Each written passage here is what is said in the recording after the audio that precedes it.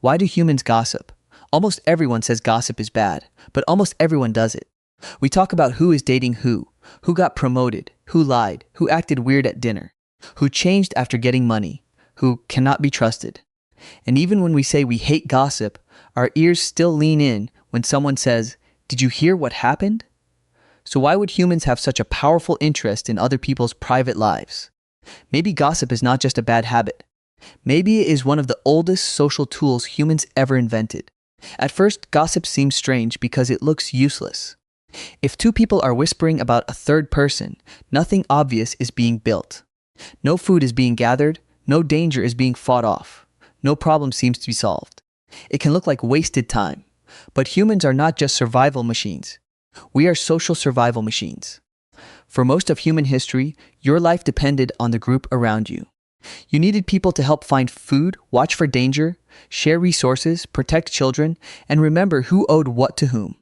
Living alone was dangerous, but living with others created a new problem. People are complicated. Some people help. Some people take. Some people tell the truth. Some people cheat when nobody is watching.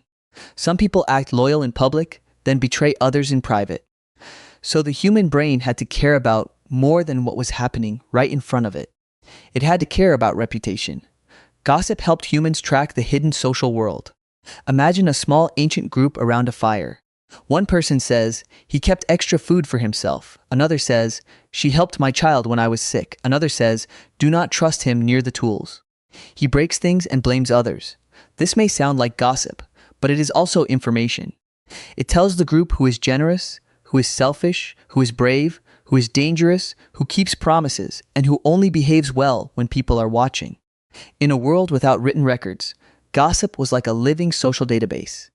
It stored human behavior in memory, and it moved that memory from one person to another. That matters because humans cannot personally witness everything. You cannot watch every friend, coworker, neighbor, partner, rival, or family member at every moment. So you learn through stories. A person tells you what someone did when you were not there, and now your brain updates its map. That person is trustworthy. That person is reckless. That person may hurt me. That person helps when it counts. This is one reason gossip feels so magnetic. It may look like entertainment, but to the brain, it can feel like safety information. When someone says, "You need to know this," the brain pays attention. Because sometimes in human groups, what you do not know can hurt you. But gossip is not only about warning people, it is also about bonding. Think about two coworkers standing near a coffee machine. One quietly says, "Did you notice how strange that meeting was?" The other person laughs and says, "Yes, I thought I was the only one." In that moment, they are not just sharing information. They are testing reality together. They are asking, "Did you see what I saw?" And when both people agree, a small bond forms. This is one of the hidden powers of gossip. It creates social alignment. It tells people, we understand the same rules. We notice the same behavior. We are on the same page. That is why gossip often happens in low voices. The secrecy is part of the signal. It says, "I trust you enough to share this." Even harmless gossip can work like social glue. It gives people a shared topic, a shared judgment, and a shared emotional reaction. Humans bond by talking about absent people because absent people are easy to discuss. They are not there to interrupt. They are not there to defend themselves. And their behavior becomes a small social puzzle the group can solve together. But this is also where gossip becomes risky. Because the same tool that spreads useful information can spread false information.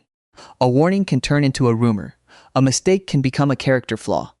A private moment can become a public label. That is why gossip has a bad reputation. Not because it is always useless, but because it is powerful. A single story can change how a group sees someone, and humans know this instinctively. We fear being gossiped about because we know reputation matters. Even today, in a modern city with laws and technology and private lives, reputation still affects who gets invited, trusted, hired, believed, supported, or avoided. A person can lose status without ever being in the room. That is a very old fear. In small ancient groups, being disliked or distrusted could be serious. If people stopped sharing food with you, stopped protecting you, or stopped choosing you as a partner, your survival could be at risk. So the fear of gossip may come from a deeper fear, the fear of social exile. This helps explain why people care so much about what others say behind their backs. The words may not physically touch you, but your brain treats them as a threat to your place in the group. And for humans, place in the group has always mattered. There is another strange part of gossip. People often gossip about rule breaking. Someone lied. Someone flirted with the wrong person. Someone acted selfishly. Someone pretended to be kind but was cruel. Someone took credit for work they did not do. Why are these stories so interesting? Because gossip helps groups enforce rules without needing police, courts, or official punishment. In a small group, reputation is punishment. If everyone hears that someone cheats, that person may be watched more closely. They may be trusted less. They may have fewer chances to cheat again. This means gossip can make people behave better, not always because they are good, but because they know others are watching, or at least talking. In that way, gossip is a quiet social alarm system. It says, behavior has consequences. Even if nobody confronts you directly, the group may remember. This is one reason humans are so sensitive to social image. We do not just ask, what did I do? We ask, how will this look? That question lives deep inside human nature. Because humans evolved in groups where being seen as fair, loyal, useful, and trustworthy was valuable. Gossip helped create that pressure.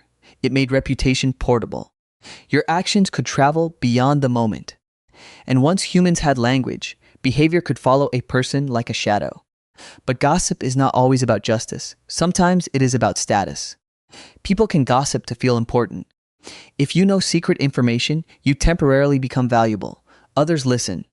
You become the person with access, the person who knows what is really going on. This can create a small feeling of power. It can also create competition. People may use gossip to lower someone else's status and raise their own. They may say, I am just telling you because I care, while quietly enjoying the damage. This is the darker side of gossip. It can protect a group, but it can also attack a person. It can reveal truth, but it can also disguise envy. It can build trust between two people, but destroy trust with a third. That is why gossip is so complicated. It sits right on the border between social intelligence and social danger. It can be helpful, cruel, funny, protective, dishonest, bonding, or destructive, depending on how it is used. And the brain does not always separate these cleanly. It just knows that information about people matters. This is also why gossip did not disappear in the modern world. It changed shape. Ancient gossip happened around fires, wells, markets, and shared work.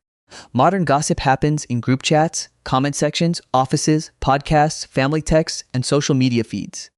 The setting changed. The instinct stayed. A rumor can now travel to thousands of people in minutes. A reputation can rise or fall faster than any ancient human could have imagined. But the basic emotional pull is still the same. Who is trusted? Who broke the rule? Who is gaining status? Who is losing it? Who is safe to get close to? Who should be avoided? These are ancient questions wearing modern clothes. And sometimes, gossip is not even about the person being discussed. It is about the people doing the discussing. When two people gossip, they reveal their own values. If someone says, I cannot believe he abandoned his friend, they are showing that loyalty matters to them. If someone says, she thinks she is better than everyone, they may be showing discomfort with status. If someone says, he never helps unless people are watching, they are showing they care about sincerity. So gossip is often a hidden values test. People are not only sharing information, they are saying, this is what I notice. This is what I respect. This is what I dislike. Do you agree? That is why gossip can feel strangely intimate. You learn how someone thinks. You learn what bothers them. You learn where their moral lines are. And they learn the same about you. This does not mean gossip is always good. A knife can cut food or harm someone. A tool can be useful and dangerous at the same time. Gossip is like that. It is a social tool with a sharp edge. Used carefully, it can warn people, build trust, expose harmful behavior, and help groups understand themselves. Used carelessly, it can distort reality, punish unfairly, and turn people into simple stories. The problem is not that humans talk about other humans. The problem is that humans can forget how incomplete every story is. We rarely know the full context. We see one moment and imagine a whole personality. We hear one version and treat it like the truth. We fill in missing pieces with our fears, biases, and assumptions. That is where gossip becomes dangerous. not when it shares behavior, but when it turns behavior into identity. Someone made a mistake becomes that is who they are. Someone was quiet becomes they think they are better than us. Someone changed plans becomes they do not care. The brain loves quick social labels because they save energy. But people are rarely that simple. So why do humans gossip? Because humans are built to survive in groups. We need to know who we can trust. We need to understand rules. We need to bond with others. We need to track status, danger, fairness, loyalty, and betrayal. Gossip is one of the ways humans turn messy social life into a story they can understand. It is not just idle talk. It is an ancient system for sharing social knowledge. Sometimes it protects, sometimes it harms. Sometimes it reveals more about the speaker than the person being discussed. And that may be the strangest part. When humans gossip, they are not only talking about other people. They are showing what kind of social world they believe they live in. A world of trust, a world of threat, a world of rules. A world where belonging matters so much that even a whisper can feel powerful. Gossip survives because humans do not only want information, we want to know where we stand.